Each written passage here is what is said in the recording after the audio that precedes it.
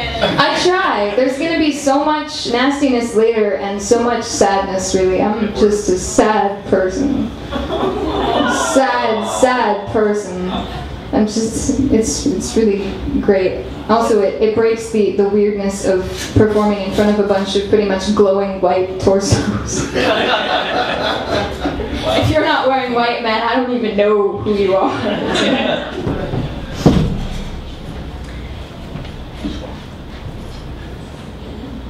We are Sudanese children's bedtime stories. Their mothers feed their daughters dreams instead of grain. One day they say, we will rise on the horizon, green tanks and desert camouflaged soldiers bearing peace and guns and flour. It is a country of women and infants, waiting for their husbands and sons to set down the burdens of the cross and crescent and come home. Waiting for us to come save them, they grow boy soldiers like the crops they lack. Boys who will learn to fight to save their faith by martyring themselves to their oppressors and cutting the breasts of enemy women to starve their newborn sons. Waiting for us to come save them, they cultivate the soil of their daughters' futures with hopes of American salvation. Fueled by CNN headlines and photojournalists' faces, they pray that their stories will become truth rather than proof that their struggles remain nameless. See, we came before. Bearing the flag of our self-declared freedom, we burst open the gates of Krakow ghettos and fleshed out the white limbs of concentration camp survivors. We freed the Jews from genocide and tore pink triangles from the arms of those we would later make outcast again. And so, we are Sudanese children's bedtime stories. They do not understand that we only bomb when we are bombed back, and then fast and thoroughly, and sometimes at the wrong country. We do not support genocide, but if brown-skinned people are killing brown-skinned people, we will not put our children on the line. America is the only thing worth dying for. We are not coming, and there will be no fairy tale ending. They tell the daughters we are coming, as their bellies swell, as if they have fed them the moon. And they dream sometimes of leaving their children behind. They could flee faster, and surely they would be forgiven from the safety of the stars.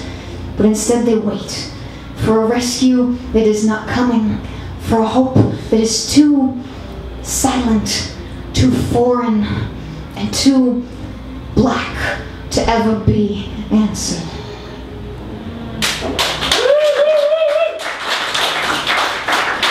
That one is on YouTube. I did not put it there. I refused to watch it. I'm wearing an unflattering skirt.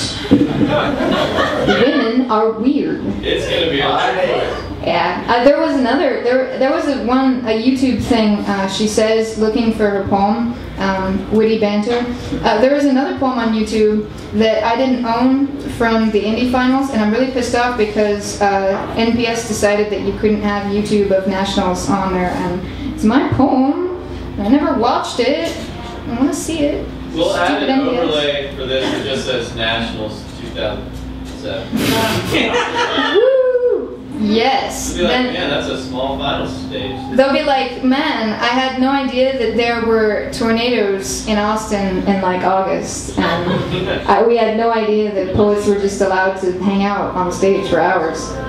This is the poem that would get me laid a lot more if I was a man. Can I borrow that? If you pay me $30, I'll make you up a better one. Yeah. I'm a whore, a poet whore. I'll just come. I mean, really.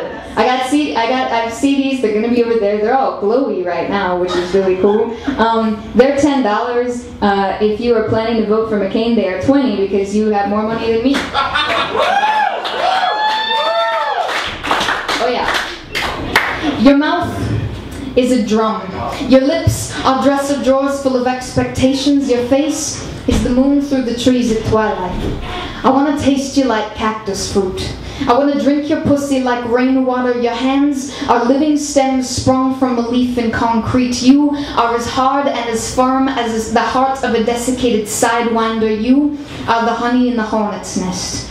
Your lips are like hungry chicks begging for breakfast. I want to finger paint my portrait on your cervix. You are a lost man drinking from the sky. You are a window pane, an orchard, a smoke ring, and if I struck you against gold, you would set yourself on fire. Your mouth is a mandolin.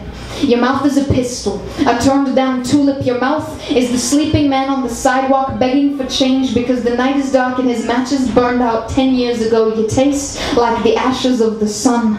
Let me hold you like a lit stick of incense, an offering to an altar made of lips and tongues. Let me ask for all the stories of your scars and play piano on the hollows of your ribs. You are that soft, quiet note as a violin is set into its velvet and it quivers with sudden release. Let me play you till you sing me a sonata, until our sweat slicks each other's bellies and you gasp like you reach the ocean's surface. You perfect orchid. Let me hold all your secrets in my mouth when we kiss and paint the name of every star into your skin until you open like a night flower. I want to know you, from your yearbooks to your bones. I want to pour you into the ventricles of my heart and let you pulse beneath my skin, because we were meant to live forever in our lungs. Let me wake dreaming of your face, clutching at the covers like your hands. Let me hold you against my cheek and breathe the lost souls of your skin, and be tonight with me. Instead of growing old, be this room. Instead of promises of forever, come and let me live in the silence between our bodies until morning. Because I'm still learning all the best ways to say I want you, and I'm not ready to learn your favorite way to say goodbye. Yeah.